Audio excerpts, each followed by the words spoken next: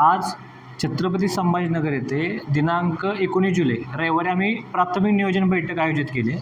आमच्या बैठकीचा उद्देश असा आहे की कलाकारांकडे आणि सांस्कृतिक क्षेत्राकडे महाराष्ट्र शासन दुर्लक्ष करते आणि महाराष्ट्र शासन जवळपास गेल्या 10 वर्षात नुसत्या एवढ्या घोषणा केलेल्या आहेत. जर तुम्ही GR बघितले किंवा त्यांच्या बाईट वगैरे बघितल्या तर त्यातल्या एकही घोषणेची अंमलबजावणी झालेली नाही आहे.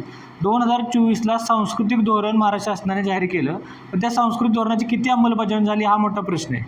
तसेच 2019ला त्यांनी चित्रपटसृष्टीला अनुदान हा विषय जाहीर केला की अ वर्ग चित्रपटांना 40 लाख अनुदान, ब वर्गांना 30 लाख अनुदान. पण प्रत्यक्षात जेव्हा अनुदान दिलं तर त्यावेळी अनुदान फक्त त्यांनी 10 लाख आणि 5 लाख एवढंच दिलं. म्हणजे तुम्ही शासन निर्णय काढता 40 लाखाचा आणि अनुदान देता 5 लाखाचं, तर ही एक प्रकारची फसवणूक आहे. सांस्कृतिक क्षेत्राकडं महाराष्ट्र शासन दुर्लक्ष करते आणि यामुळे आम्ही आज सर्व महाराष्ट्रातून कलाकार एकत्र येत आहोत.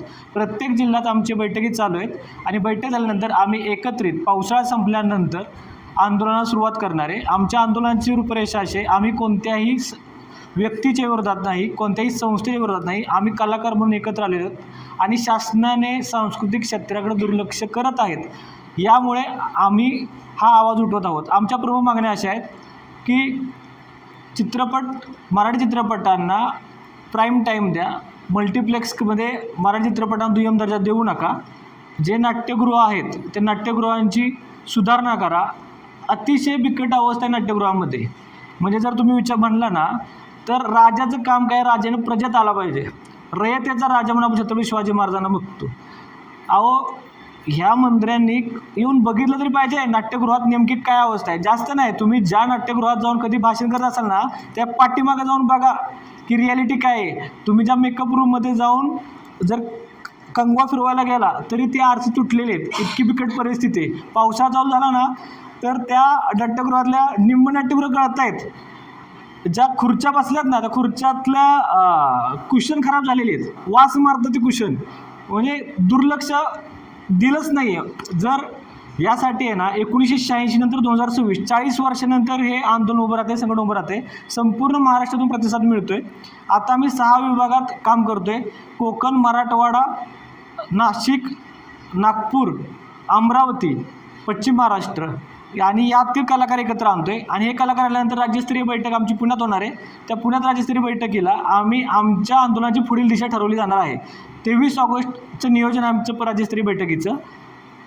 काय वाटतं, मराठी चित्रपटसृष्टीला भरभराटीचे दिवस होते त्यावेळेस आपल्याकडे एवढं प्रगत तंत्रज्ञान नव्हतं. कोल्हापूरसारखा जिल्हा मराठी चित्रपटसृष्टीमध्ये आघाडीवर होता. आज मुंबई पुणेची मक्तेदारी वाढली अशी ओरड होते. काय वाटतं, कसं वाटतं? काय झालं आहे सर, 1986पर्यंत मराठी चित्रपटसृष्टीसाठी आवाज उठवणारे बाळासाहेब ठाकरे, माननीय बाळासाहेब ठाकरे साहेब होते. त्यांच्याबरोबर दादासाहेब कोंडके होते. म्हणजे दादासाहेबांना जेव्हा जेव्हा अडचण आली तेव्हा बाळासाहेब त्यांच्या पाठीशी उभे राहिले. आणि त्यामुळं आता जी अडचण आहे की बाबा मराठी चित्रपटांना डावलं जातं, बाळासाहेबांमुळं ते बाळासाहेब होऊन देत नव्हते. जी काही अडचण येत होती ती बाळासाहेब थांबवत होते. आता काय झालं आहे, जर एखादा निर्माता किंवा एखाद्या संस्थेला प्रॉब्लेम आला तर त्यांच्यासाठी ठाम भूमिका कोण घेते. उदाहरणार्थ जर एखाद्या चित्रपटाचे पिक्चर काढले गेले, TDM नावाचा एक पिक्चर आलेला, भाऊसाहेबांनी तो पिक्चर लॉन्च केलेला, ते अक्षरशः रडले. एवढी वाईट अवस्था. म्हणजे तो नौका निर्माता नव्हता, त्याने बबन खोडासारखे चांगले दर्जेदार पिक्चर करून त्या व्यक्तीला जरी अडचण असेल, जर त्या व्यक्तीला अडचण असतील तर नवीन निर्मात्याने काय करायचं. एकंदरीत महाराष्ट्र शासनाचं याकडे पूर्णपणे दुर्लक्ष आहे आणि शासनाला हे लक्ष द्यावं लागणार आहे. कारण इथं प्रश्न हजारो घरातल्या पेटत्या चुलींचा आहे. म्हणजे कलाकाराला काय